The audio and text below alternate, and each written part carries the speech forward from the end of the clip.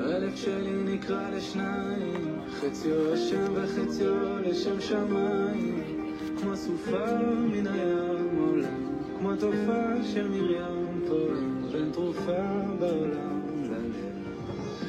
ורק אתה יכול להפוך מספדי למחול, לזכך את החול, לרכך בי הכל.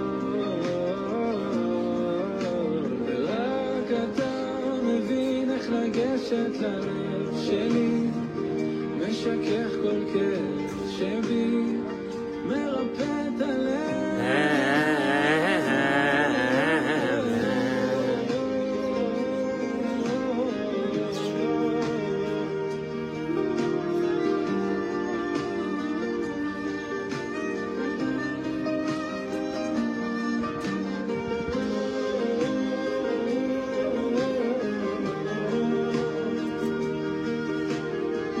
Merci Boré Olam, Toda Rabba Hashem, merci Eric pour cette petite musique. Toda Rabba, Toda Rabba Boré Olam, Toda Rabba Kadosh Baruch Hu. Olivier, est-ce que tu peux m'expliquer le matin, pourquoi tu passes des matins d'une kippa rose pâle à une kippa rouge pourpre? C'est toi qui dois... Tu lui offres des kippas roses. Et tu lui as donné à... T'as pensé à Olivier. Parce que qui c'est qui va porter une kippa rouge pourpre? Extraordinaire, extraordinaire. Richard, tu viens t'asseoir avec nous. Tu laisses les affaires pour tout à l'heure, s'il te plaît. La boutargue sera vendue de toute façon.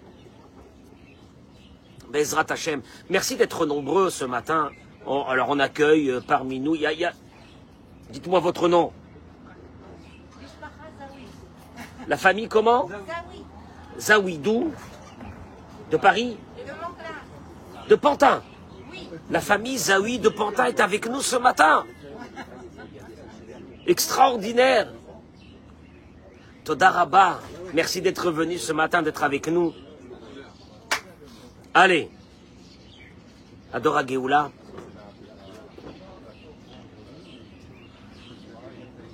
Alors, en principe, c'est les vacances. Hein. En principe, il aurait dû avoir personne. Et il y a plus de monde que d'habitude. Je comprends pas. Baruch Hashem. Je voudrais, comme thème de ce matin, Avi, viens t'asseoir à côté de nous, mon chéri. Viens, mon chéri. Et tu es passé ce matin, tu m'as pas fait la bise, rien du tout. C'est pas grave.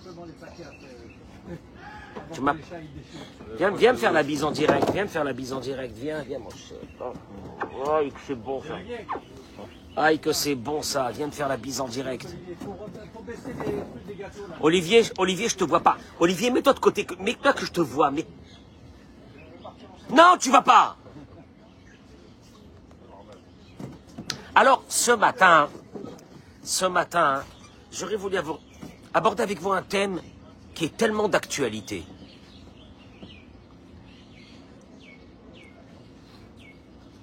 C'est fondamental dans la Torah, c'est fondamental dans la Torah.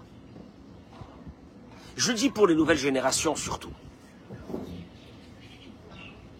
De garder dans la vie ce qui s'appelle chez nous des barrières.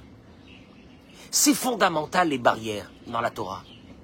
Vous savez, regardez, je vais vous amener comme support un petit verset de la paracha qu'on va lire cette semaine, qui est la paracha de Vaetranan, merci. Bon, Moïse, il leur dit, voilà, vous allez rentrer en Israël. Eh bien, hein, Baruch Hashem, hein, vous allez rentrer en Israël. Vous n'allez pas rester là-bas en France, vous n'allez pas rester en Espagne, avec tous les racistes du monde. Bien, on n'a pas besoin d'eux aujourd'hui. Nous, on n'a pas besoin du monde, nous, aujourd'hui. Nous, on n'a pas besoin d'eux. Nous, on est la lumière ici, dans ce monde. On n'a besoin de personne. Ve'ata et maintenant, Israël, écoute les décrets, les jugements que je vous enseigne. Ou baptême, parce que vous allez partir, Virishtem, vous allez prendre possession. et haaretz de la terre, Asher Hashem Elokei Avotechem Noten Lachem, que Dieu vous donne. Cette terre, c'est Dieu qui nous l'a donnée. Tu peux monter, tu peux descendre, c'est Dieu qui nous l'a donnée. Donc vous allez partir là-bas, oui? Très bien. Je vais vous demander une chose. Lo tosifu ala davar asher anochi metzave etrem velo tigreu mimenu.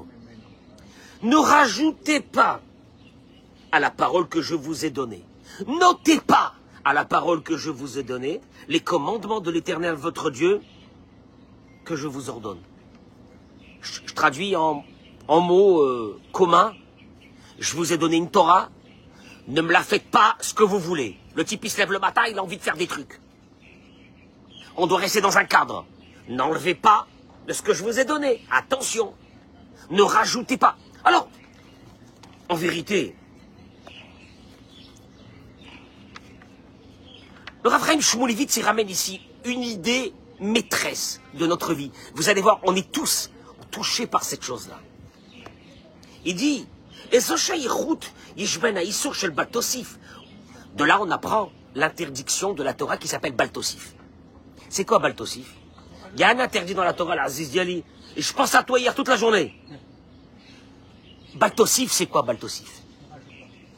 Tu n'as pas le droit de rajouter des commandements qui n'existent pas. Bon, je sais pas, tu te lèves un matin, hein? Non, bah tzitzit, il y a... Voilà, tu te lèves un matin, tu dis dans le tzitzit, il y a 4 côtés. J'ai envie de construire un tzitzit à 6 côtés. Tu sais, concept comme ça, là, sympa. Hein? 6 côtés. La Torah te dit, il y a une interdiction de rajouter. Richard, je rajoute, c'est bien. Le type, bon, nous on a l'habitude de mettre une paire de téphilines, et avec le Rabbeinu Tam, ça fait 2 paires de téphilines. Et tu vois un type rentrer avec 4 paires de téphilines, il se fait un kiff. Il se fait un kiff. 4 paires. Oh, je vois pas le mal, arrêtez de trouver le mal sur toutes les choses de la vie. Il avait besoin de se faire plaisir, il a mis 4 paires de téphilines. Il y a un interdit dans la Torah, il est fondamental. Vous allez voir où ça va. Interdiction de rajouter. Moi j'aurais dit interdiction d'enlever, mais de rajouter, hein? On embellit un mitzvah. Oh ben oui, mais c'est bien, au contraire, on se fait plaisir. La souka c'est 7 jours. J'ai envie de faire une souka 15 jours, là, je me fais un kiff. Le loulave, c'est un loulave, un palmier, avec un étrog. Le type, il arrive à la synagogue, il a 2 loulaves, 4 étrogues, il se fait un kiff. C'est beau, moi je trouve que c'est beau. La Torah te dit c'est un interdit. Tu vas me dire, pourquoi c'est un interdit? Expliquez-moi pourquoi. Je vois pas le mal. Vous voyez le mal dans tout. Il y a des gens qui veulent rien faire, qu'est-ce qu'ils te disent? Vous voyez le mal dans tout. Avec ça, ils sont tranquilles. Et là, Moshe Rabbeinu, il continue. Et il passe à une chose qui n'a rien à voir. Et Moshe Rabbeinu, il dit la chose suivante. Après leur avoir appris ce commandement de ne pas rajouter des mitzvot, il leur dit, vos yeux ont vu que tout homme qui est parti et qui a suivi l'idole de Baal Péor, l'Éternel ton Dieu l'a détruit.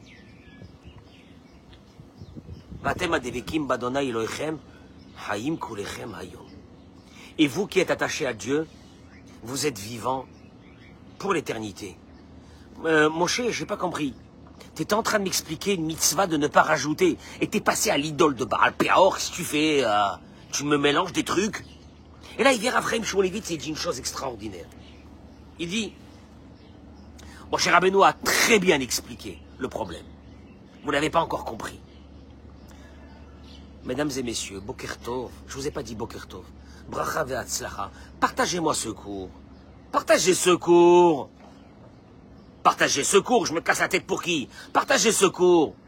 Allez, chacun là, je vois des noms, Madame Pérez, etc., Rachel Lévy, partagez ce cours.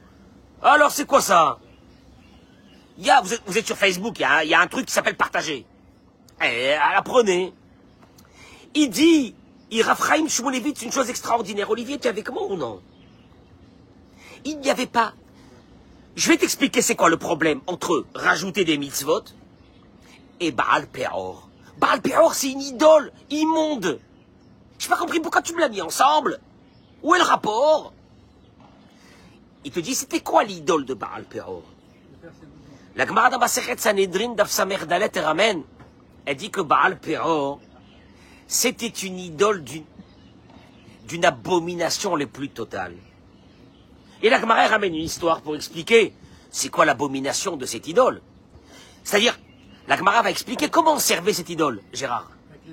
Comment on la servait. Maase benochit achat, shaita chola biyoter. La Gemara ramène l'histoire d'une non-juive qui était très malade. Amra, im ta'amod ha'i ha'isha, mechol yatelech veta'avod dekol avodah zara sheba'olam. Elle a fait un vœu. Elle a dit, si je guéris, j'irai servir toutes les idoles.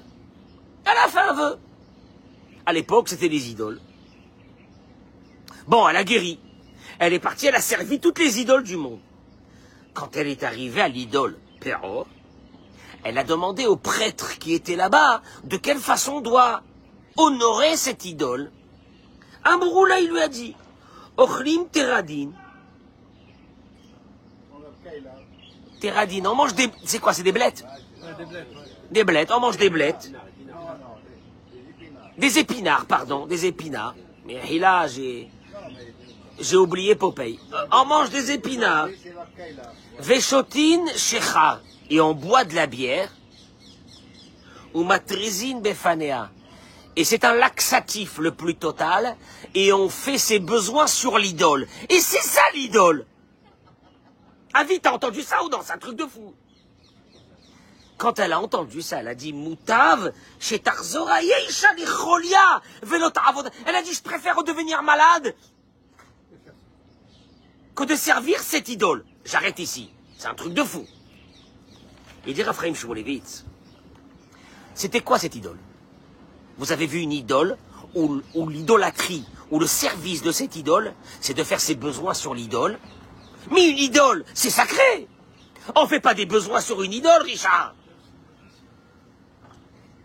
Il dit, écoutez-moi bien, vous allez voir qu'on est en plein dedans. On est en plein dedans. Nous, on est en plein dedans. Le concept de l'idole, il était le suivant. Pritsat kolakdarim, dit Raphaël Shmulevitz. De désacraliser tout ce qui est sacré. De détruire les valeurs. L'idole, servir l'idole, c'était de détruire les valeurs. Cette idole, entre guillemets, son service, il était détruire les valeurs humaines. Parce que, il explique et il dit, ceux qui servaient Baal Peor, leur service était de détruire les valeurs et que rien n'avait de l'importance dans ce monde pour l'honorer. Et c'est pour ça qu'ils ont trouvé une idole, que tout son service était de le dégrader complètement. Et plus tu le dégradais, et plus tu avais de la diarrhée. C'est horrible, hein? Et tu faisais ça sur l'idole. C'est horrible. Mais c'est une idole. Non mais, il te dit le concept de l'idole, c'est d'enlever complètement toutes les valeurs. Alors comment on fait pour enlever les valeurs? Il y a une idole. On fait ses besoins sur l'idole, et avec ça, on enlève quoi? Toutes les valeurs. C'est un concept. Il dit, Raphaël Shmulevitz, il dit, Baltosif, c'est ça. C'est quoi Baltosif? De casser les barrières. Quand tu dis, je vais mettre de l'oulave, c'est pas le problème des de l'oulave. C'est que tu ne veux pas accepter que dans l'humanité, Dieu a mis. Et c'est un fonctionnement immuable. Si tu veux traverser ta vie de façon à peu près normale, de garder des barrières, oh ben lui, il veut casser les barrières. Et là, Moshe Rabbeinu, il leur dit, vous voulez casser les barrières? C'est le concept de Baal Peor, de casser les barrières. Imagine-toi que tu as un employé. Tu lui donnes un règlement. Il ne veut pas faire le règlement. Il veut faire mieux que le règlement. Tu lui dis, écoutez monsieur, c'est très gentil ce que vous faites, mais mieux que le règlement, vous partez d'ici. Il va te dire, j'ai pas compris pourquoi. Ah, j'ai pas compris pourquoi. Parce que je vous ai donné un règlement. Je veux que le règlement soit suivi, ni plus ni moins.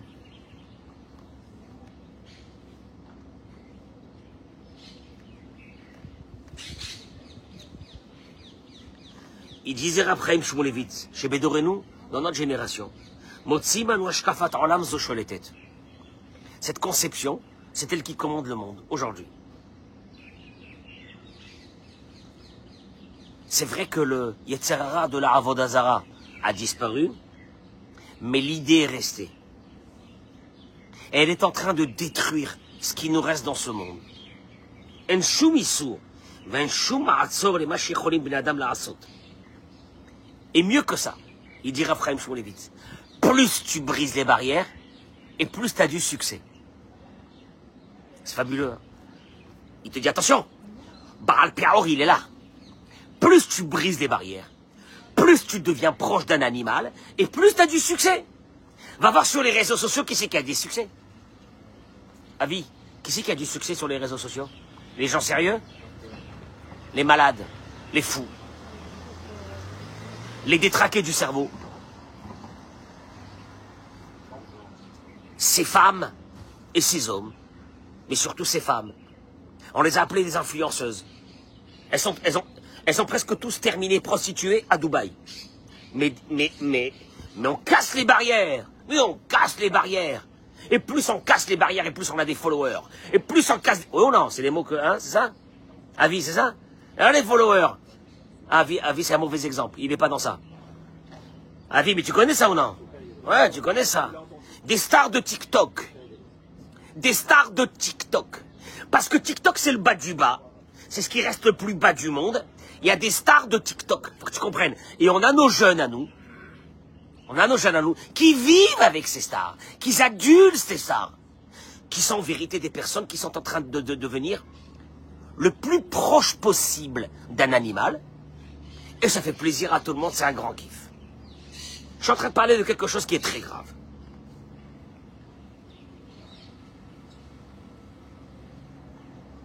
Un choumissour.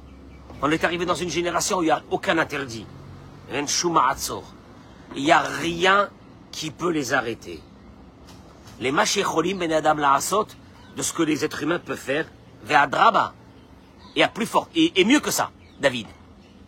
Kechol shi'osim yoter, plus ils vont arriver à des folies monstrueuses.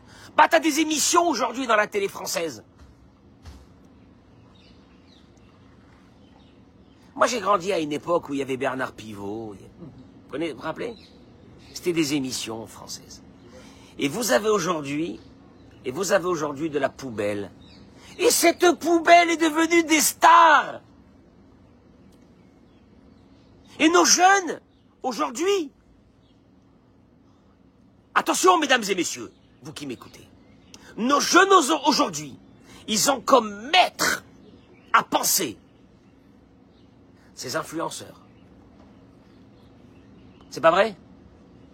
Tu prends Instagram, qu'est-ce qu'il y a dans Instagram?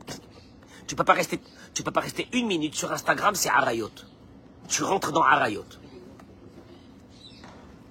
Mais ils ont du succès. Tu vois ces bouts de viande, c'est du succès. Laissez-moi vous dire quelques mots.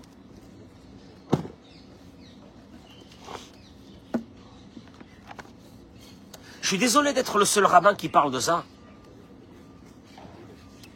Et qui dénonce ça. Ou c'est normal, ou on reste là et puis c'est fini.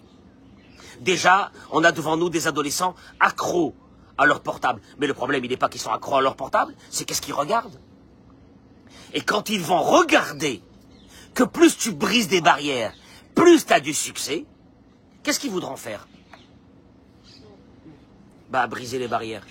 Enlever les barrières. Maintenant, je t'explique une chose. Sans barrière, on est en plein dans l'idolâtrie de Baal Peor. Mais le Rav, il ramène une chose. Notre force à nous, du peuple d'Israël, dans son entité. Notre force à nous, dans une famille. Pour ne pas avoir des problèmes, pour ne pas avoir des maladies, pour ne pas avoir des accidents, pour ne pas avoir des problèmes de parnassa. Il dépend d'une chose, il dit le Rav. Remettre à la tsniaout. Il dépend de ce qu'on appelle une pudeur. Maintenant, une pudeur, c'est pas une robe. Une pudeur, c'est pas comment un homme il parle avec une femme. Une pudeur, c'est pas ça. Une pudeur, c'est des barrières. Et barrières. Des barrières.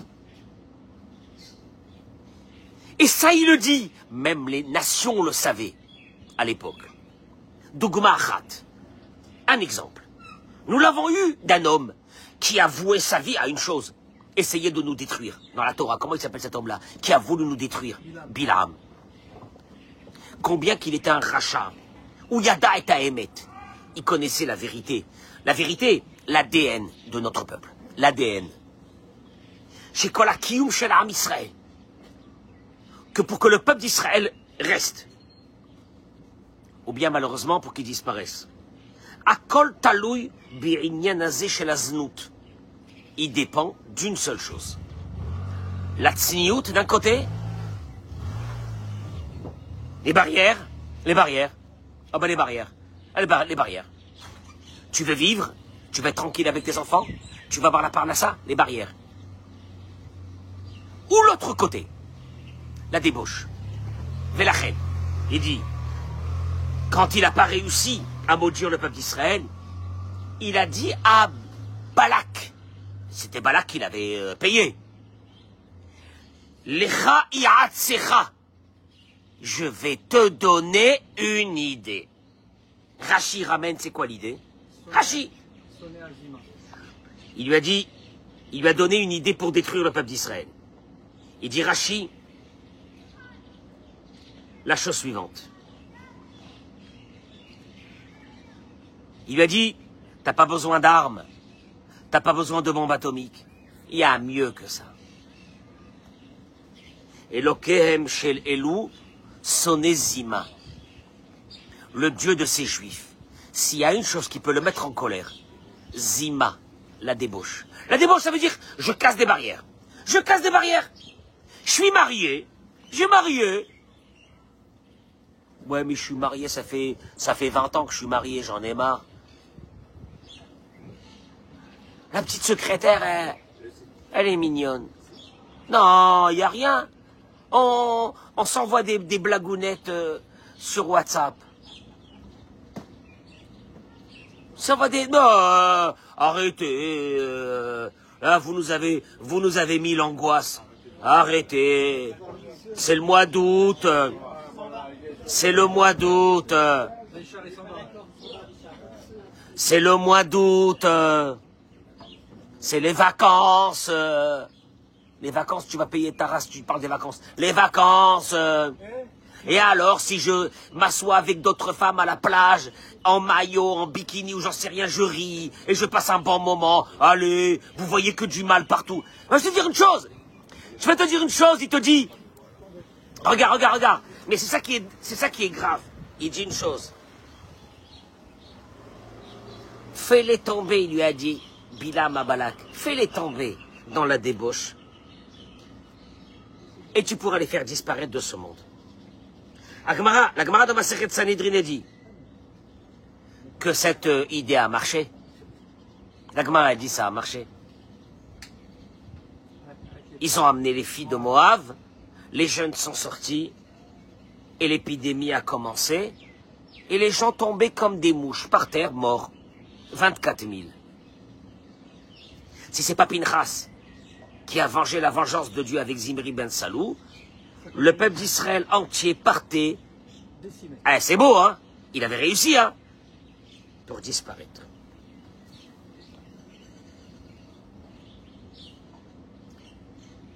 Il avait dit, Bilam.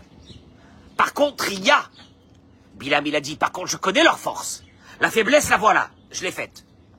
Par contre, leur force, c'est quoi leur force?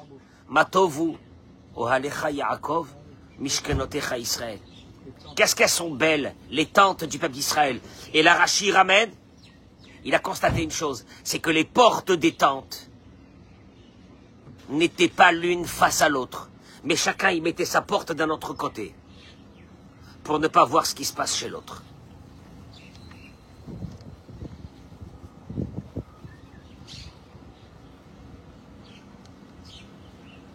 Il dit, quelqu'un qui se trouve dans un endroit où il y a de la pritzout.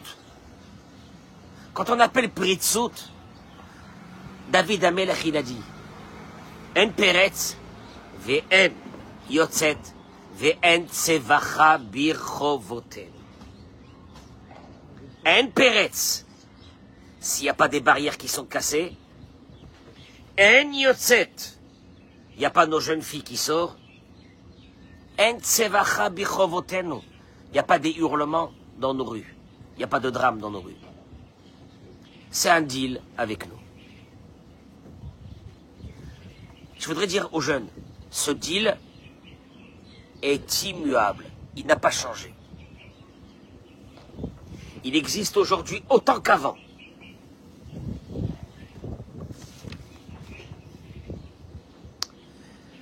Je voudrais quand même expliquer quelque chose. C'est les vacances, donc on va terminer rapidement. J'ai jamais jugé nos filles et nos femmes si elles sont dénudées. Je juge pas.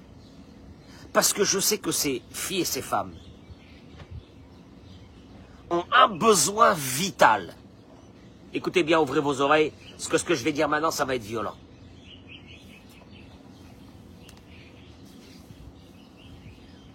Une femme, une fille, le Zohar HaKadosh, il dit qu'une femme, Nishmata, son âme, vient d'un endroit qui s'appelle le Kavod. La Neshama des hommes, elle vient d'un autre endroit. La Neshama des femmes, elle vient... C'est quoi le Kavod? L'attention. L'attention.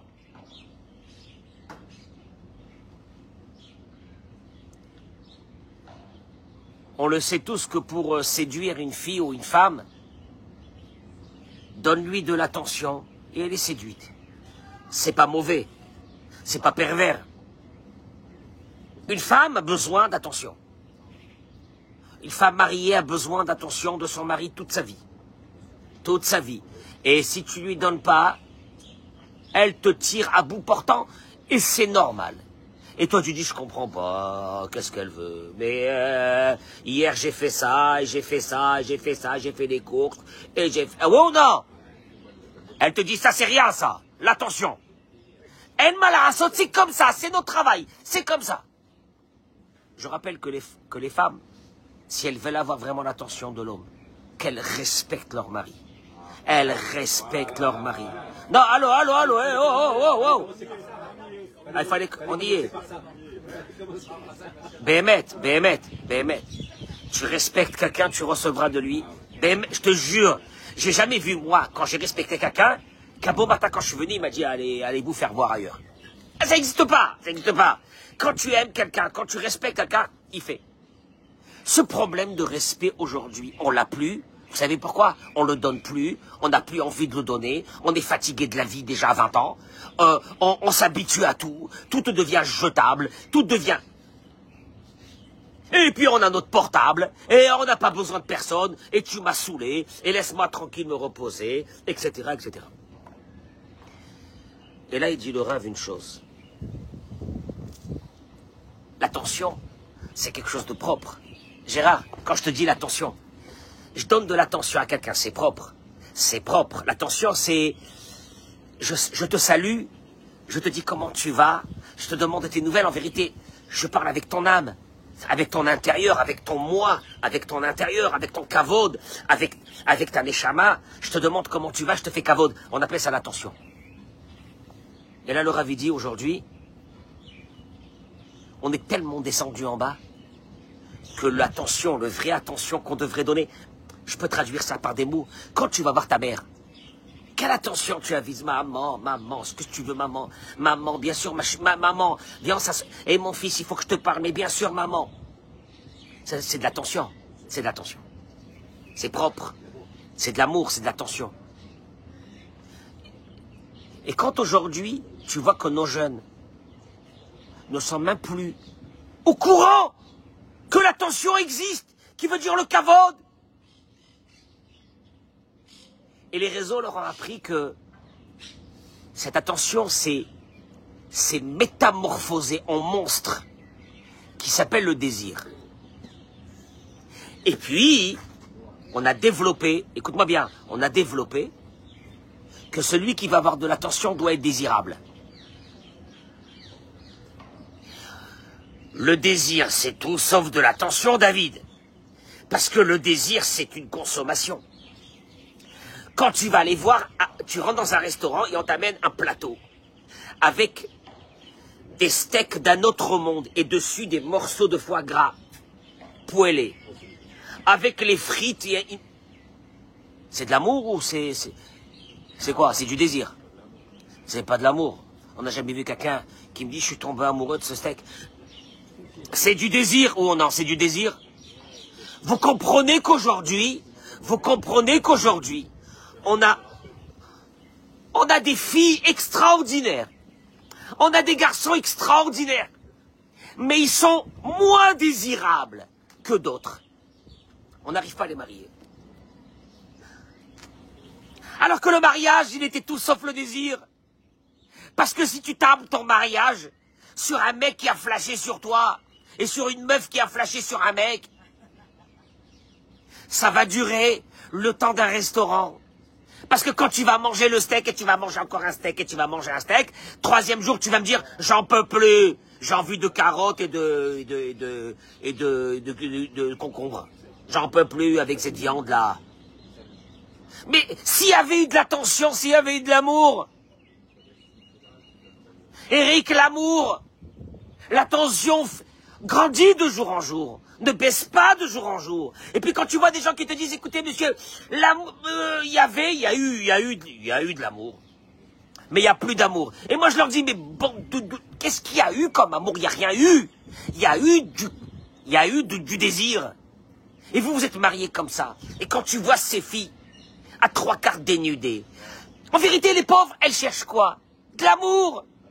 Mais elles vivent dans un monde où on leur a appris que l'amour, c'est plus de l'amour. L'attention, c'est plus de l'attention, c'est du désir. Et puis quand tu as des femmes mariées comme ça, alors là, tu tombes par terre et tu dis, c'est la fin. Pourquoi tu fais ça? Il y en a une qui m'a dit, je le fais pour mon mari. Moi, je veux bien, fais-le pour ton mari à la maison. Mais tu le fais pour ton mari et c'est dehors, devant tous les hommes. Et après, tu vas dire, j'ai pas compris, il avait un regard insistant. Tu as un regard insistant. Et tu fais, t'es devenu un morceau de désir. Les yeux qui seront devant toi, ce seront que des yeux lubriques. Il ne peut pas y avoir des yeux d'amour. Les yeux d'amour, c'est quand tu regardes un enfant. Tu regardes un petit-fils à toi, une petite fille à toi. Ah, Aziza, ça c'est des yeux d'amour. Mais il n'y a plus cet amour. Quand on a aujourd'hui des adolescents de 14 ans qui sont à la recherche d'amour parce que leurs parents, je ne sais pas où ils sont, et qui vont traîner dehors à 3/4 nus pour avoir de l'amour d'un veau qui va passer là, un veau. Tu vois, il a 16 ans, c'est un veau. Un veau. Il est là, il n'a rien dans sa tête, c'est un veau. Et voilà la génération. Et ça va nous les amener à la choupa, cela. Ah là, j'ai comme ça, j'ai les khawef. Ça va nous les amener à la choupa. Et ça va nous les marier. Et ça va nous les faire des enfants. Et ça va nous les catastrophes que moi je vais me taper après. Parce que c'est un système. Parce qu'on a brisé les barrières. Parce que tout est normal. Parce que tout est devenu... Parce que, tu sais quoi? Parce que le monde aujourd'hui est en train de te dire une chose. Redeviens un animal. Plus tu deviens proche d'un animal, d'ailleurs, t'as honte de rien. Tu les vois, elles sortent de la plage, elles marchent, elles sont nues. Je veux dire, mais... Vous allez être des mamans un jour. Vous allez être des mamans, vous allez amener des bébés. Vous allez construire une famille. Vous allez être une maîtresse de maison ou vous allez être rien.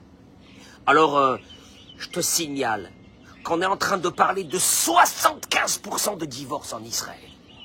Bah ouais, 75. Il arrivera un jour, hein. Il arrivera un jour où on ira dans les mariages en sachant que les mariages dureront 1 an, 2 ans. Rappelez-vous ce que je vous ai dit. C'est grave.